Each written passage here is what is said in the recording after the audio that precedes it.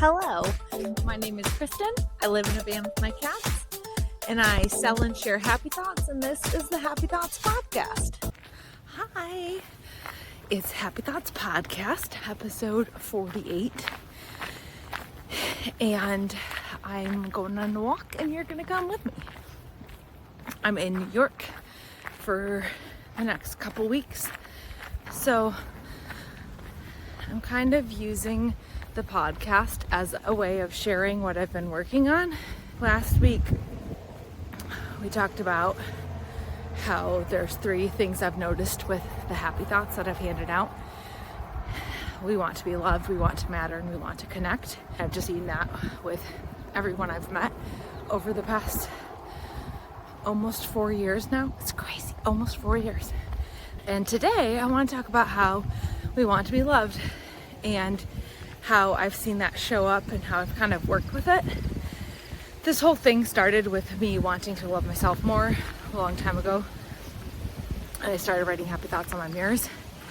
And the very small, direct, and huge connection moment with writing the happy thoughts down and handing them out to everybody has been the biggest source of information about how we want to be loved.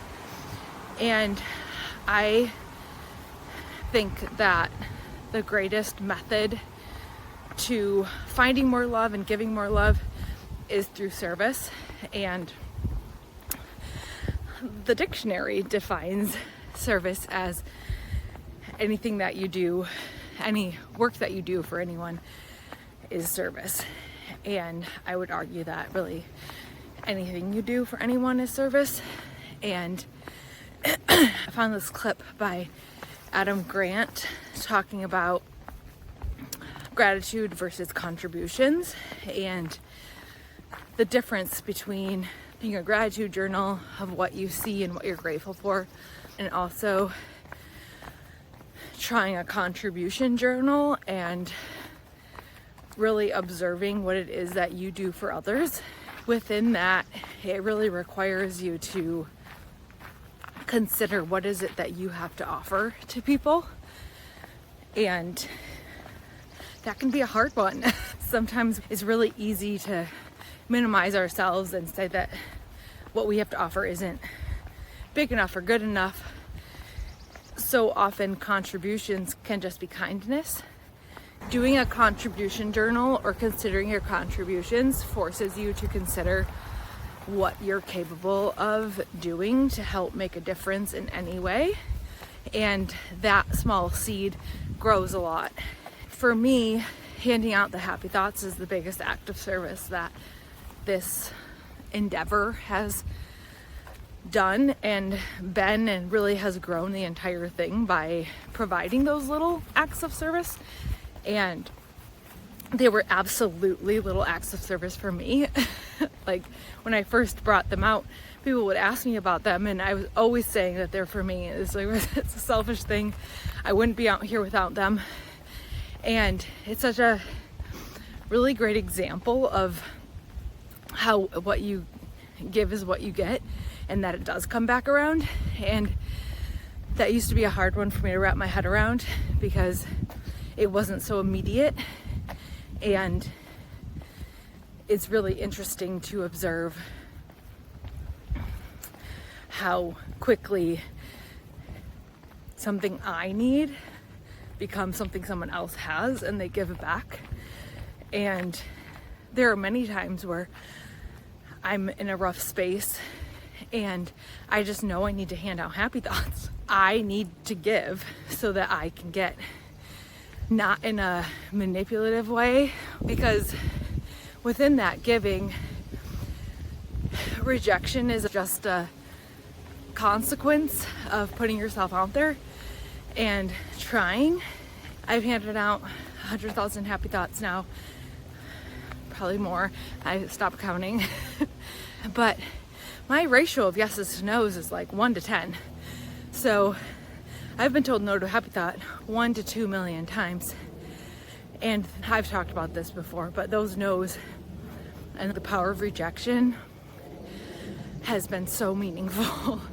It really gives space to think about how we literally have no control over other people, and accepting people for who they are and what it is that they need and want has nothing to do with you.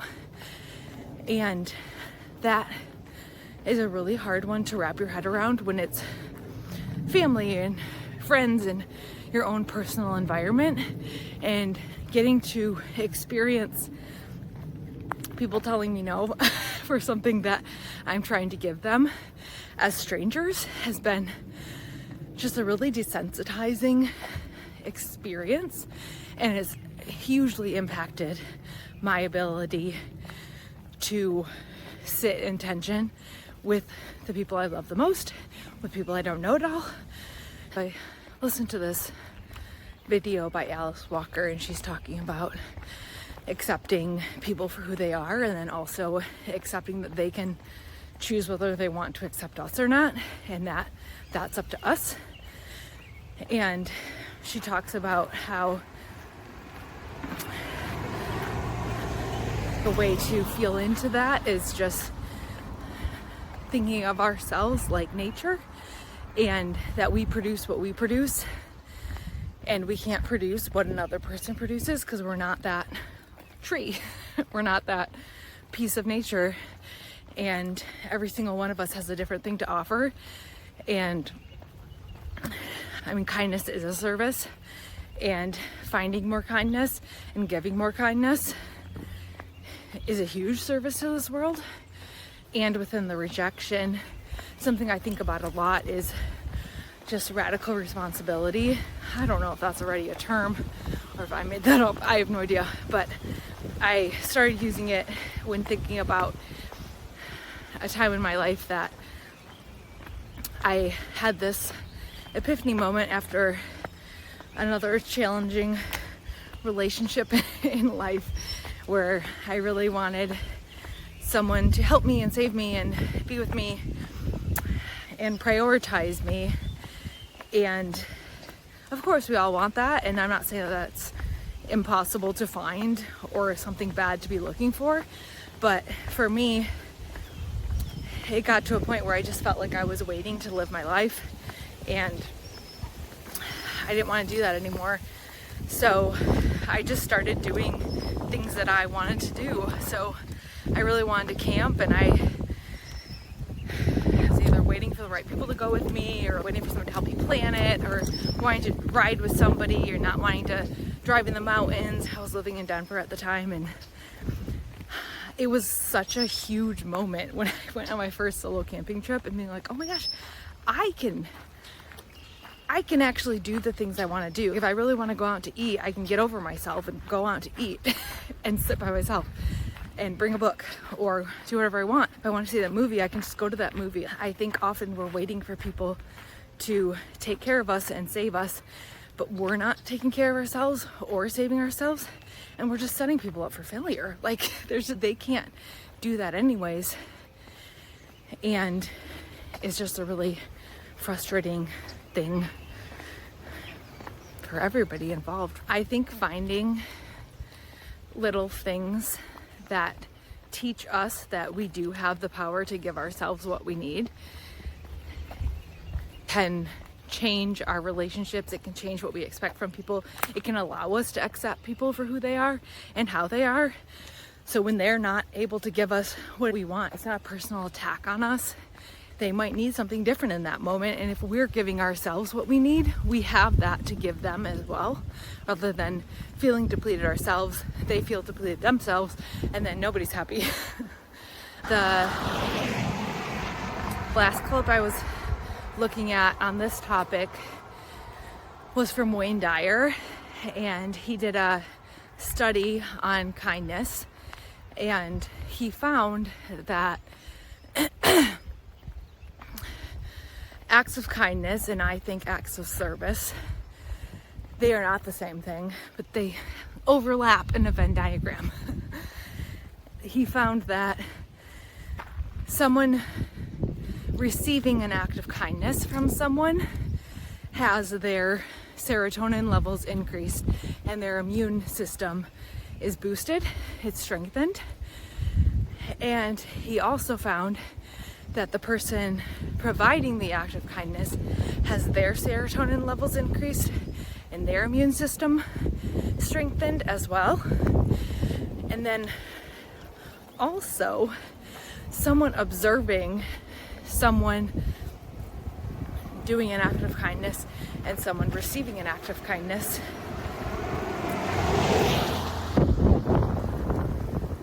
has their serotonin levels increased and their immune system strengthened in the same way, which is just so sweet that it just shows us what we're looking for. And when we're doing something right, I think it works, you know? I didn't go into sharing happy thoughts as an act of service for others.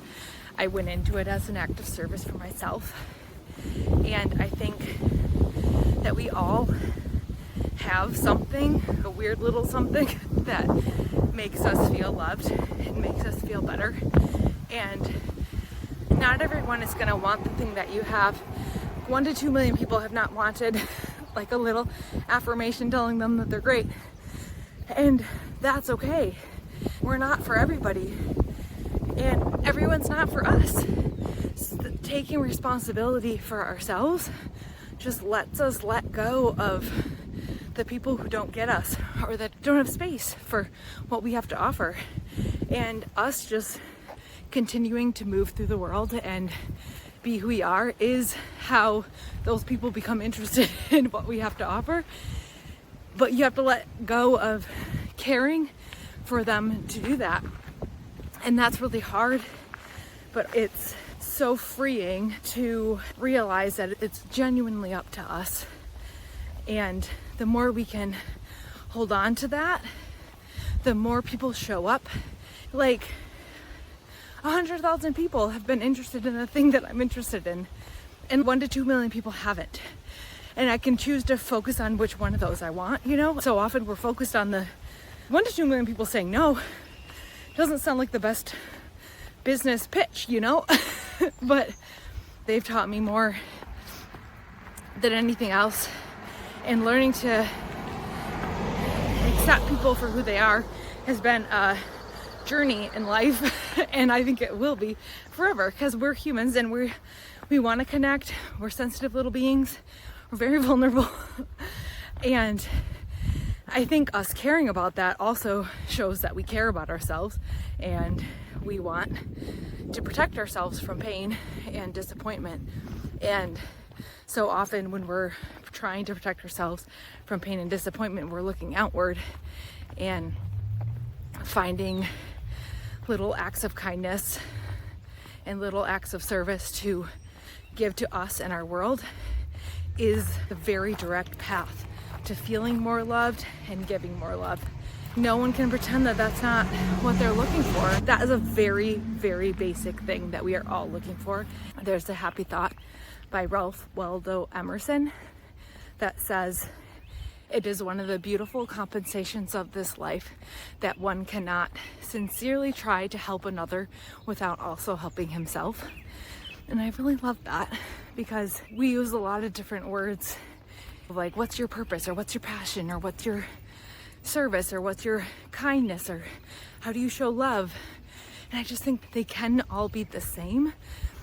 If the thing you like to do is paint, that can turn into an act of service. It doesn't have to become an act of career and you don't have to be dependent on it financially, but it will grow when you share it.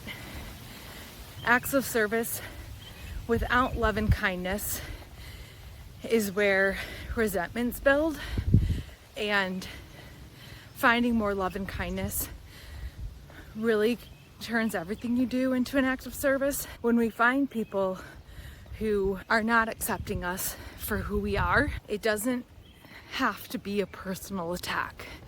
It can just be that they don't have room for what you have to offer right now, and maybe they don't understand. Maybe they do understand and they don't like it. And unless people ask you questions and are curious and want to understand, people indicating that they don't understand is not an invitation to explain it, even though we want to. I think the way to help people understand us and for us to understand ourselves and for us to love ourselves more is finding acts of kindness and service. And it's not as boring as it sounds. Thanks for listening. Happy Thoughts are available on my website, thehappythoughtproject.com, and Amazon, and Fair for Wholesale. And we're on the Instagram, Happy Thoughts by Kristen. If you want to follow or leave a review on the podcast, we'd be greatly appreciated. Thank you, YouTube viewers, for being here.